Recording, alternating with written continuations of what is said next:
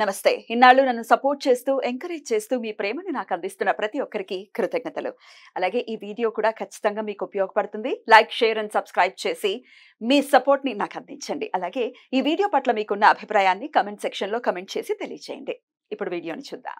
నమస్తే, welcome to our channel. నేను కుప్పా పద్మిని. ప్రస్తుతంతో పాటు ప్రముఖ ఆధ్యాత్మికవేత్త, వాస్తు జ్యోతిష పండితులు, లలిత ఉపాసకులు, వాస్తు జ్యోతిష శిక్షణ నిపుణులు బ్రహ్మశ్రీ నానాజీ పట్నాయక్ గారు మనతో పాటు ఉన్నారు. మాట్లాడతారు సార్. నమస్తే సార్. శ్రీమాత్రే నమః.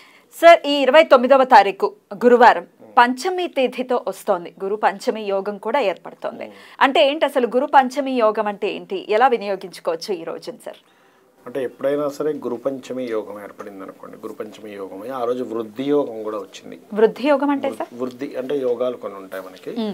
వృద్ధి అంటే ఆ రోజు మనం ఏదైనా కనుక ప్రారంభిస్తే వృద్ధి అవుతుంది, వృద్ధి చెందుతుంది. అయితే ప్రశ్నాశాస్త్రంలో కానీ లేకపోతే జన్మజాతకంలో కానీ ఈ గురుచంద్రులు ఇద్దరూ కనుక సమసప్తకాల్లో ఉన్న లేకపోతే త్రికోణాల్లో ఉన్న అది ఫలవంతం ఇచ్చేటువంటి ప్రశ్నగా చెప్తారు. అంటే ఒక ప్రశ్న వేశాము, ఆ ప్రశ్నకి సంబంధం ఈ గురుచంద్రులతో సంబంధం ఏర్పడి సహజంగా ఆ రోజు గురుచంద్రులు కనుక పరస్పర వీక్షణలు కానీ కలిసి కానీ ఫైనైన్ యాక్సెస్లో కానీ ఉన్నారంటే ఆ ప్రశ్న ఫలిస్తుంది అని చెప్తారు. ఎందుకంటే ఫ్రూట్ఫుల్ ఇచ్చేటువంటి ఇది కనెక్ట్ అయింది అక్కడ ఎవరైనా ప్రశ్నించినప్పుడు. మనకి ఆస్ట్రాలజీలో వేస్తాం ఆ రకంగా ఎలా అయితే ప్రశ్న ఫలిస్తుందో అదేవిధంగా మీరు చేసేటువంటి పని ఏదైతే ఉందో ఈ రోజు కనుక ప్రారంభిస్తే అద్భుతంగా ఉంటుందని చెప్తుంది శాస్త్రం.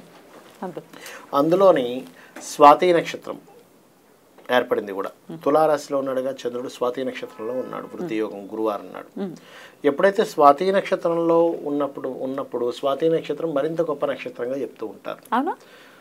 రాహు అయినా కూడా పనికి వస్తుంది స్వాతి నక్షత్రం అనేటువంటిది. సో స్వాతి నక్షత్రంతో కూడి ఉండి ఆ రోజు పంచమి అయి వృద్ధి యోగం ఉంటే దేనికండి ఇది అంటే మనం ఫ్రెష్గా మళ్ళీ ఇన్ని రోజులు చేసినటువంటిది కాదు, నేను ఈ రోజు మళ్ళీ ఫ్రెష్గా ఏదైనా స్టార్ట్ చేస్తాను అని అనుకున్నప్పుడు మేషలగ్నంలో కనుక, ఎందుకంటే మేషలగ్నంలో గురువు ఉన్నాడుగా, మేషలగ్నంతో మరలా కనుక మీరు ప్రారంభించినట్లయితే ఉదయం పూట ఉంటుంది సర్వసాధారణంగా 11 o'clock ఆ టైంలో ఉంది. ఆల్మోస్ట్ మేషలగ్నం 11 to 12 మధ్యలో తీసుకున్నట్లయితే, అంటే నేను మీకు పర్ఫెక్ట్ టైం చెప్పాలంటే నేను చెప్తాను, చెప్పండి సార్. ఒకసారి చూసి చెప్పండి, యూజ్ అవ్వాలి కదా మన ప్రేక్షకులకి.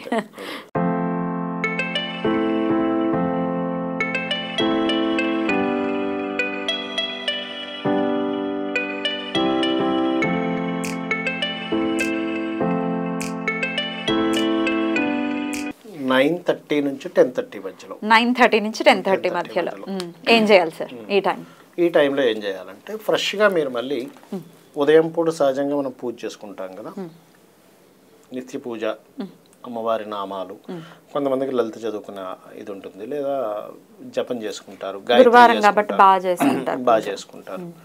చేసుకున్న తర్వాత మీరు దత్తాత్రేయ స్మరణ చేయండి ఆ రోజు. గురు పంచమి కదా, దత్తాత్రేయ స్మరణ ఒక్క 10 నిమిషాలు ఏ నామంతో చేయొచ్చు అంటే దిగంబర దిగంబర శ్రీపాదవల్లభ దిగంబర జయ గురుదత్త శ్రీ గురుదత్త అని చేసి ఈ 9:30 నుంచి 10:30 మధ్యలో ముందు రోజే ఒక పుస్తకం తెచ్చిపెట్టుకొని డూసు డోంట్సు, నేను ఈ రోజు నుంచి నేనేం పాటించాలి రాసేసుకోండి క్లియర్గా. నాకు ఏ అలవాట్లు ఉన్నాయి, వేటిని అభివృద్ధి చేసుకోవాలి, వేటిని మానుకోవాలి, క్లియర్గా రాసేసుకొని ఒక టైం టేబుల్ క్రియేట్ చేసుకోవాలి.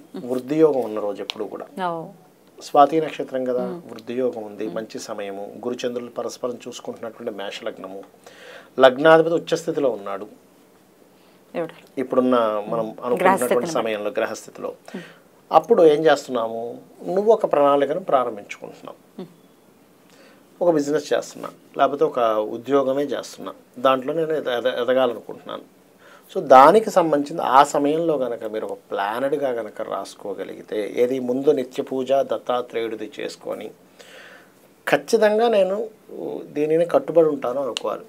లైఫ్లో అభివృద్ధిలోకి వచ్చిన వాళ్ళందరినీ నేను చూస్తే ఖచ్చితంగా నేను ఇది ఇలాగే ఉంటాను అని డిసైడ్ అయిన వాళ్ళందరూ కూడా, అండ్ పంక్చువల్గా ఉన్న వాళ్ళు కూడా ఉంటారు. పంక్చువల్గా కూడా ఉంటారు, వాళ్ళు పంక్చువల్గా ఉంటారు. టైం పంక్చువాలిటీ ఒకటే కాకుండా ప్రిన్సిపల్స్తో నేను అంటే ఇప్పుడు ఎగ్జాంపుల్ ఎంతమంది టెంప్ట్ చేసినా డ్రింక్ చేయను అనుకుంటారు కొంతమంది. వాళ్ళని ఎంతమంది టెంప్ట్ చేసినా లేదు, క్లాస్మేట్స్ కదా లేదు నేను తాగను. ఎంత ఫోకస్డ్గా ఉంటే అలా ఉంటారు సార్. ఎంత కష్టం వచ్చినా కూడా నేను గివప్ అవ్వను, చేయను. అదేవిధంగా కొన్ని ప్రిన్సిపల్స్, లైఫ్ ఎప్పుడు ఇలాగే ఉండదు, మారుతూ ఉంటుంది అనేటువంటి కొన్ని విషయాలు నమ్మగలగాలి. అట్లా కొన్ని పెట్టుకోగలగాలి మీరు. రకరకాల వ్యక్తులు రకరకాల టాలెంట్స్ ఉండొచ్చు, నాది ఎప్పుడు నేను తక్కువ అనుకోను. కరెక్ట్. అని అట్లా కొన్ని ఎప్పుడైతే మీరు సెట్ ఆఫ్ మైండ్ చేసుకున్నారు, మైండ్లో సెట్ చేసుకున్నారో ఆటోమేటిక్గా ఉంటుంది, మార్పు వస్తుంది. అంటే మీరు పలానా సమయం ఏదైతే ఉందో ఆ సమయంలో మీరు నిర్ణయం తీసుకున్నారు. ఎలా అయితే ఒక పెళ్లికి ఒక ముహూర్తం లేకపోతే ఒక గృహప్రవేశాల ముహూర్తం ఎలా ఉంటుందో, ఈ సమయంలో నిర్ణయం తీసుకున్న ముహూర్తం ఇది. నిర్ణయం తీసుకునే ముహూర్తం అద్భుతం. మంచి సమయంలోనే ఏదైనా చేయాలి, మన అన్నిటికీ ఫ్రూట్ఫుల్ అవ్వాలి, ముందుకు వెళ్ళాలి అంటే మంచి సమయం. ఎందుకంటే మనసుకి చంద్రుడు కారకుడు. ఆ చంద్రుడి మీద గురు దృష్టి ఉన్నప్పుడు, గురువు లగ్నంలో ఉన్నప్పుడు మీరు తీసుకుంటున్నారు ఈ నిర్ణయాలు. ఆ రోజు పంచమైంది, నక్షత్రం మంచిది పడింది, వృద్ధి యోగం ఏర్పడింది. దేనికోసం చేస్తున్నారు? వృద్ధి కోసం చేస్తున్నారు. నేను డెవలప్ అవ్వాలి అనేటువంటి భావంతో చేస్తున్నారు. అందుకని ఇవన్నీ కాంబినేషన్ ఏర్పడ్డాయి కాబట్టి జరుగుతుంది. Beautiful sir, beautiful. నిజంగా అడిగిన వెంటనే, అంటే జనరల్గా ముహూర్తం పెట్టడానికి చాలా సమయం పడుతుంది, మీరు చాలా క్యాల్కులేట్ చేస్తే అంత ఈజీగా పెట్టను అని అన్నారు. ఇది యోగవంతమైన రోజు, సో పర్ఫెక్ట్ గా అందరికీ ఉపయోగపడాలని చూసి మరి ముహూర్తం పెట్టారు. చాలా మందికి ఏం చేస్తుంటారంటే వాళ్ళు లెక్కలు రాసుకుని ఉంటారు కదా, అదేదో బ్యాడ్ టైంలో స్టార్ట్ చేసినట్టున్నారు, మళ్ళీ ఈ టైం నుంచి మళ్ళీ న్యూ బుక్ తెచ్చుకొని స్టార్ట్ చేయండి అంట. వాళ్ళకి అభివృద్ధి వచ్చింది అంటే మీరు ఆ మంచి టైంలో స్టార్ట్ చేశారు కదా బుక్లో రాసుకోవడం. ఏది పలానా వాళ్ళకి డబ్బులు ఇచ్చాము రావాలి, ఇవన్నీ మీరు లెక్కల పుస్తకం పెట్టుకునే రోజు బాగుండాలి, ఎప్పుడైనా గుర్తుపెట్టుకోండి. బ్యూటిఫుల్ సార్, చాలా చాలా అద్భుతంగా వివరించారు సార్. నిజంగా ఇది చాలా మందికి ఉపయోగపడుతుంది, వృద్ధి చెందాలి, ప్రతి ఒక్కరు కూడా సంతోషంగా ఉండాలి అని మనస్ఫూర్తిగా కోరుకుంటూ thank you so very much sir. నమస్తే. శ్రీమాత్రే నమః.